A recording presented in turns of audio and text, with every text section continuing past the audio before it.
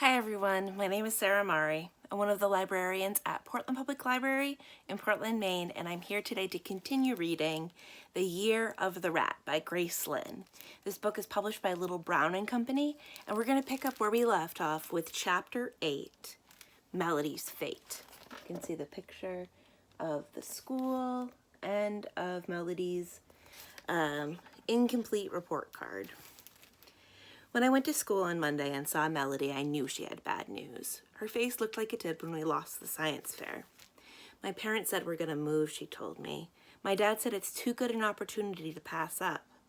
All of you have to go? I asked stupidly. I felt as if the ice-cold drops of a melting icicle were dripping on me. Yes, Melody said, the enemy is coming to take over our house in 2 months.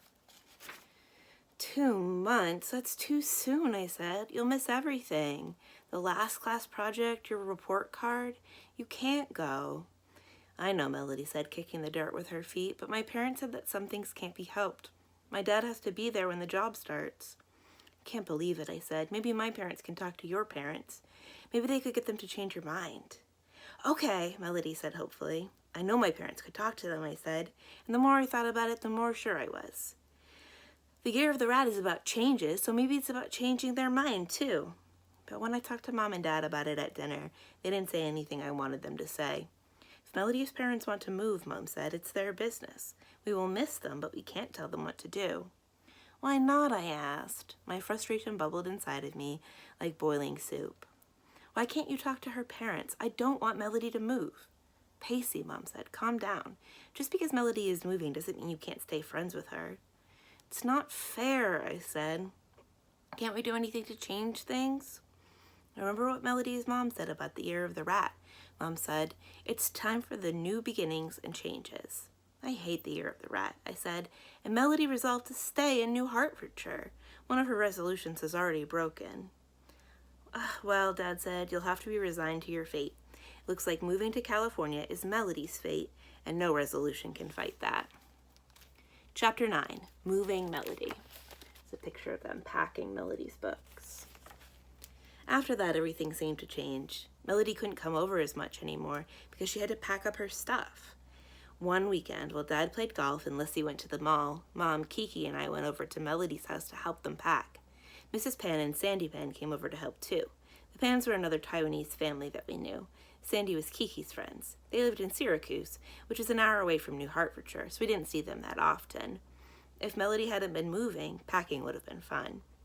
Kiki, Sandy, Benji, and Felix packed the family room where all the toys were, and Mom, Mrs. Pan, and Melody's mom packed the living room. Melody and I packed the things in her room. Before we started packing, I told Melody about what my dad said about artists and the cold door. So does the cold door mean being poor, Melody said. I think so, I said. Clifford said it was the harder life, that artists are starving. But you don't exactly want to be an artist, Melody said. You want to make the pictures and books. That can't be the same. You think so, I asked, not convinced. Well, if you're that worried about it, you can change your mind, Melody said. It is the Year of the Rat. Maybe this year you can change what you want to be. But I didn't want to change that. Being an author and an illustrator was the one thing I was sure of. Or at least I thought so. Now I was starting to doubt it.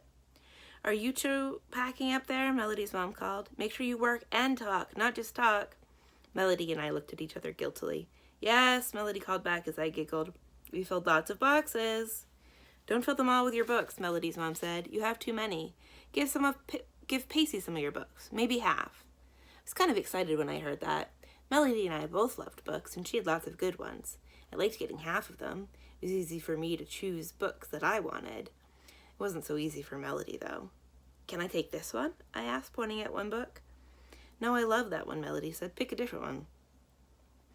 Okay, how about this one, I said. No, I love that one too, she said. Pick another. This one, I said. No, not that one. I really love that one. You love all of them, I said. There's none for me to take. We both began to laugh, and then we stopped because we both felt sad. I don't want to give up my books, Melody said. And I felt like I wouldn't have minded buying all of my own copies of Melody's books if it meant that she wouldn't have to move. I know, I said. We'll share them. I'll take half now, and after I'm done reading them, I'll mail them back to you. That's a good idea, Melody said. We'll share all of them. That way, well, there'll be something that we own together. And if we keep sending them, it'll be like there's something of me here all the time and something of you in California. That'll make sure we don't forget about each other. Yeah, I said, excited. That'll be fun. When I read the books, I know they've been in California, and I can imagine what they've seen. And the books I get will remind me of New Hertfordshire. Which ones do you think should go where first? We both looked at the big pile. There were so many books I didn't know how we'd be able to choose. Why don't we just close our eyes and point, Melody said. We'll take turns. So that was how we divided Melody's books. It was still hard for her, though, especially when I got the cheerleaders' books first. We both loved the cheerleaders' books, even though our moms tried really hard to stop us from reading them. They thought the books were too old for us because they were about high school and boys and cheerleading. We didn't read them for any of those reasons. We read them because one of the cheerleaders was Chinese. That's the one where Hope wears a velvety cranberry-colored pants to a party, Melody told me as I stacked one of the books into my pile. It's the one that made my mom ask my mom to get those fuzzy red pants that I could get an outfit just like Hope, so you have to mail that to me later. Okay, I promised as we brought down the boxes. After a month, I'll mail them to you, and after a month, you mail the books to me. That doesn't sound like a very practical plan, Mom said, overhearing our conversation. Melody can just buy copies of the books in California instead of paying for mailing again and again. But it's not the same, I told Mom. If Melody buys new copies, they won't be our books. Mom shook her head and shrugged her shoulders at Melody's mom. I could tell neither one of them understood. Chapter 10, Lunch. I'm going to make lunch, Melody's mom said. We'll eat and then we can finish packing afterwards. I made a face at Kiki. We didn't like Melody's mom's cooking. She always cooked dry brown rice and colorless vegetables that you had to chew a lot. She said her food was very healthy, but we thought it was very tasteless. Even Dad joked about it.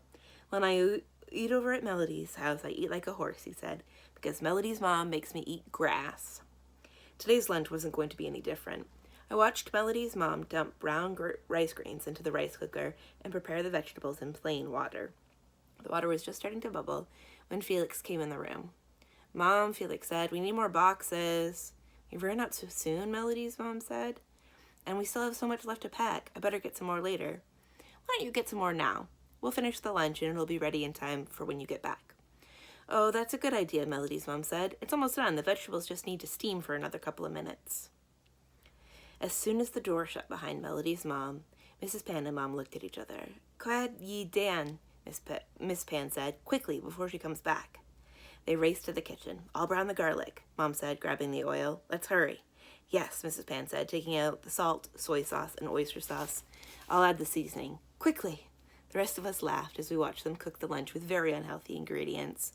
By the time Melody's mom came back, the lunch was all done. Mom and Mrs. Pan had everything on the table, and we were all sitting and waiting.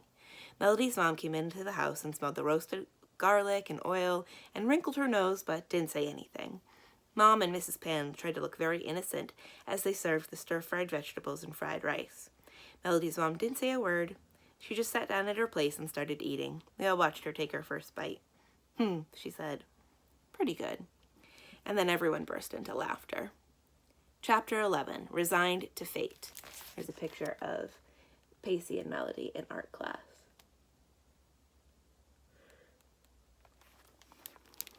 Even though Melody's clothes and books and toys were packed away and the movers had been scheduled, it was hard being resigned to her fate.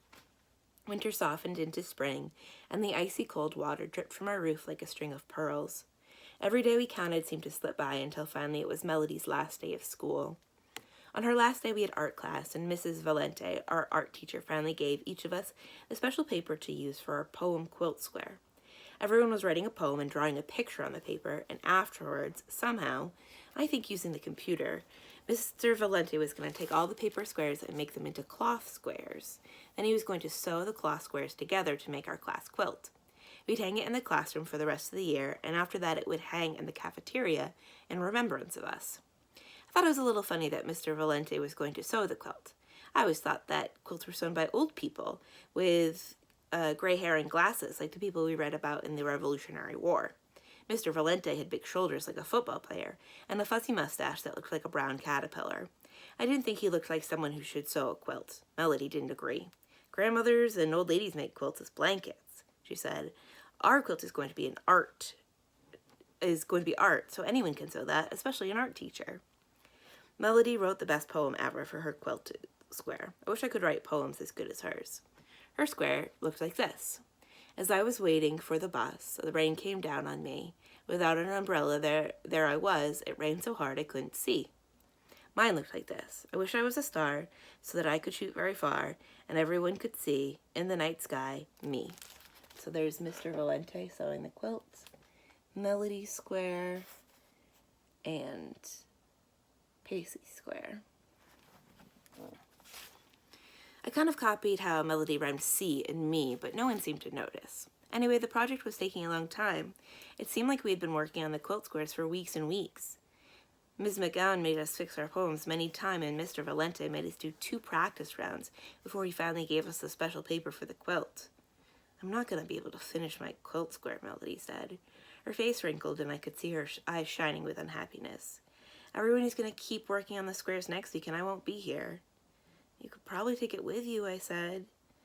Felt like the words left stones in my throat. It was hard to think that Melody wouldn't be there next week. No, Melody said, if I take it with me, then I won't be part of the quilt. And when they hang the quilt in the classroom and in the cafeteria, my square won't be in it. I won't be part of the class remembrance, and everyone will forget about me. It'll be like I never existed here. I hadn't thought about that. What were you going to do? Is there a problem, ladies? Mr. Valente asked as he stopped by our table.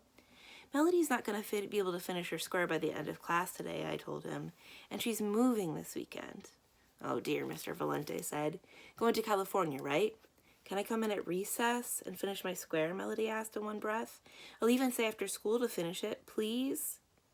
Yes, can she? I pleaded with her. Please, please. Yes, Mr. Valente said. Of course you can work on your square at recess. If you don't finish, you can bring it home and work on it this weekend before you leave, and Grace can bring it in on Monday. After he said that, we were so happy and relieved that we felt like we had just won a prize. Melody grinned, and I clapped my hands. Mr. Valente looked at us and shook his head. You two, what are you going to do without each other? Chapter 12, Saying Goodbye. All too soon, Melody's last day of school ended. During recess, when Melody went to work on her quilt, Miss McGunn had all of us in the class sign our names and write messages in a big goodbye card. And at the end of the day, Miss McGunn gave her cards and a bouquet of carnation. They were white with pink edges and all bunched together, the blossoms looking like ribbon candy. Melody gave me some of the flowers, and we both wore them in our hair on the way home. That weekend, the movers came and took everything away, and Melody and her family got ready to get on an airplane to California. We drove them to the airport. They had so many things that Mom and Dad had to use both cars to bring them. Melody and her mother drove with Mom and me, while the rest of her family drove with Dad. You'll keep in touch, right? Melody said. You'll call all the time, right? You won't forget about me, will you? Promise? No, I won't forget, I said. I promise. I'll add it to my New Year's resolutions.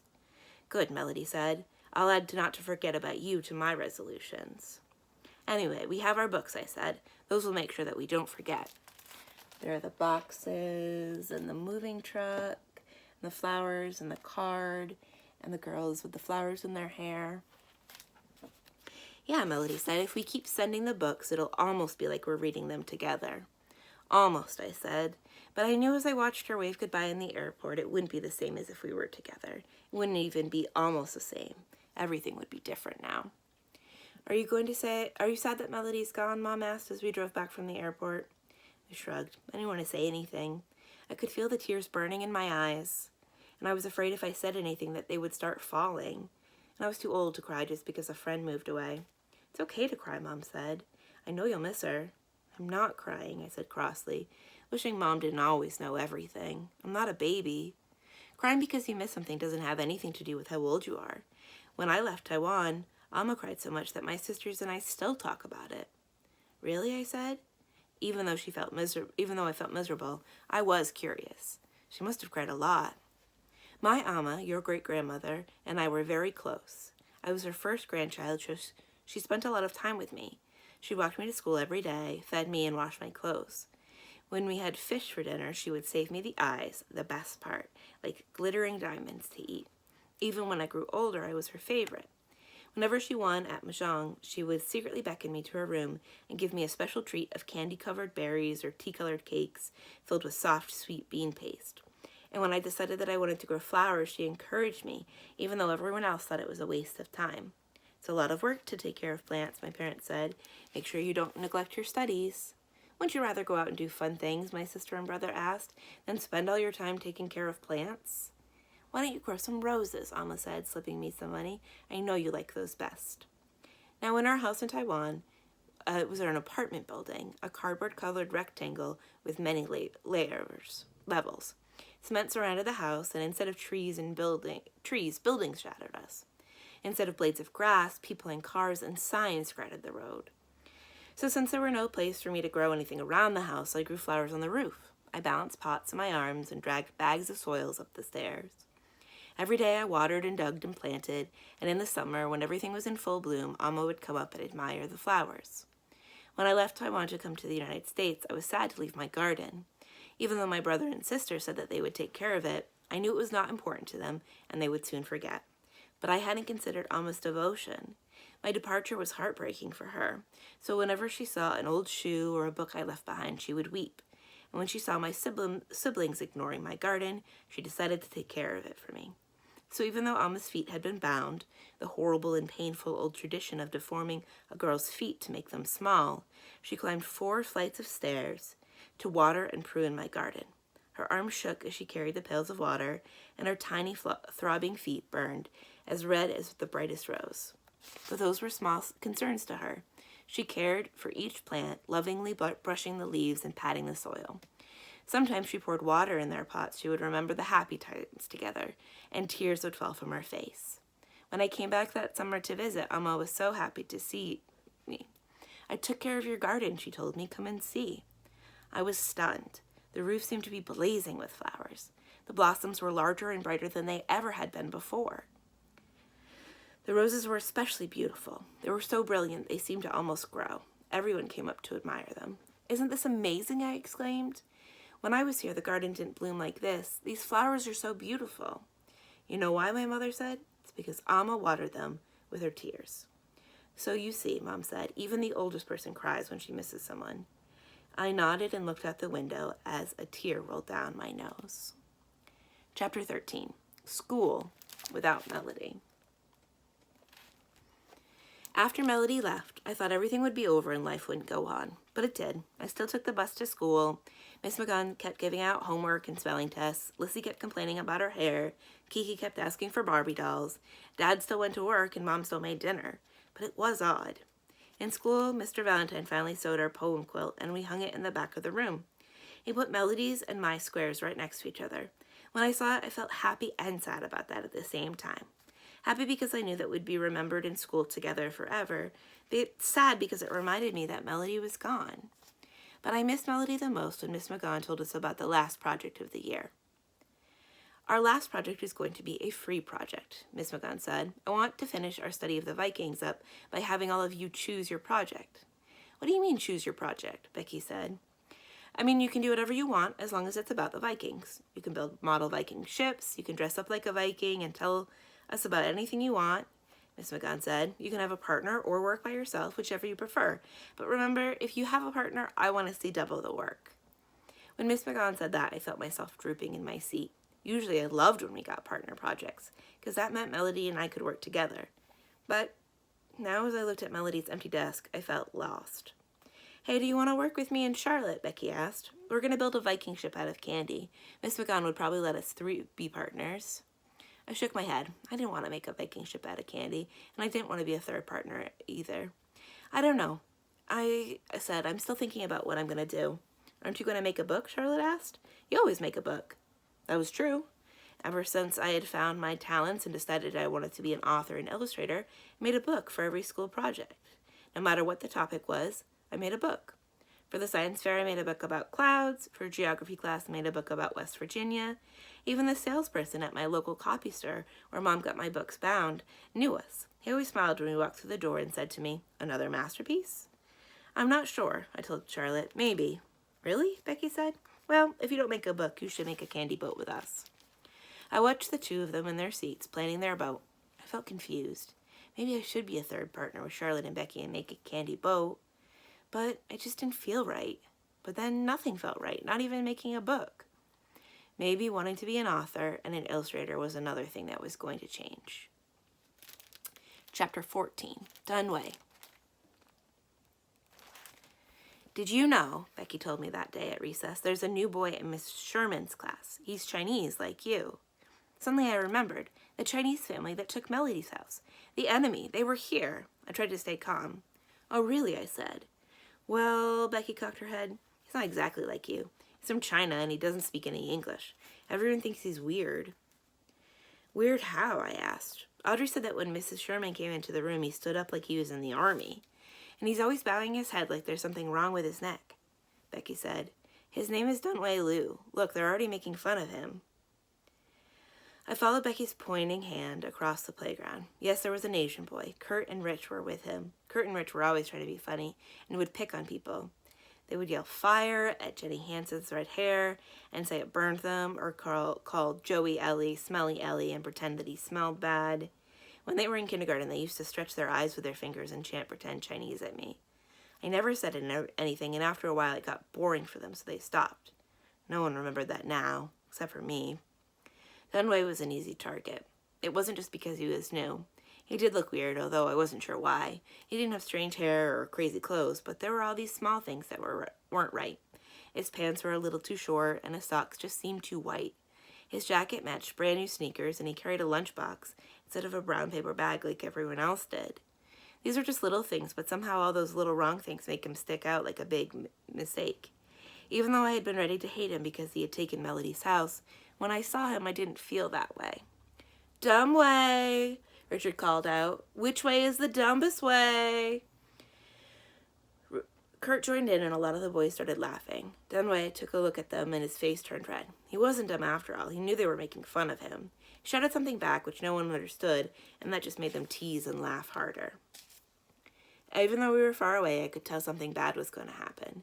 As the laughter grew louder, the scowl on Dunway's face grew blacker.